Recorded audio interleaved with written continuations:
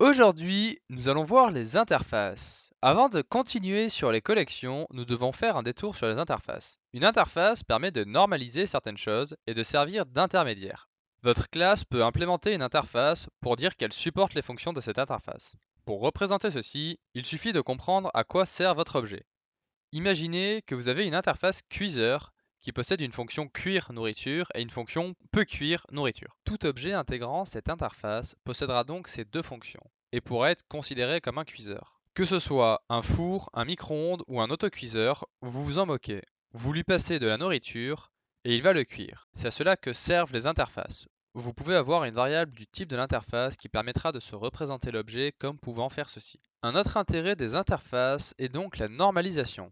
Imaginons que vous possédiez une classe homme et une classe femme, et que vous voulez avoir les deux dans la même collection. Vous pouvez créer une interface humain et faire en sorte que homme et femme interfacent humain pour créer un ensemble humain au lieu d'un ensemble femme et d'un ensemble homme. Dans les cas précédents, les exemples sont logiques, et en programmation, ils doivent aussi l'être. Ce n'est pas parce qu'une classe possède les mêmes noms de fonctions qu'il faut créer une interface pour pouvoir les regrouper. Humain peut avoir une fonction âge et nom, mais le vin aussi. Il pourrait avoir du sens de créer une interface pour regrouper tout ce qui possède un nom et un âge, mais si ce n'est pas ce que vous avez prévu de faire, alors n'y pensez même pas. Sur ce, j'espère que cette vidéo vous a plu. Si c'est le cas, n'hésitez pas à vous abonner, et je vous dis à demain.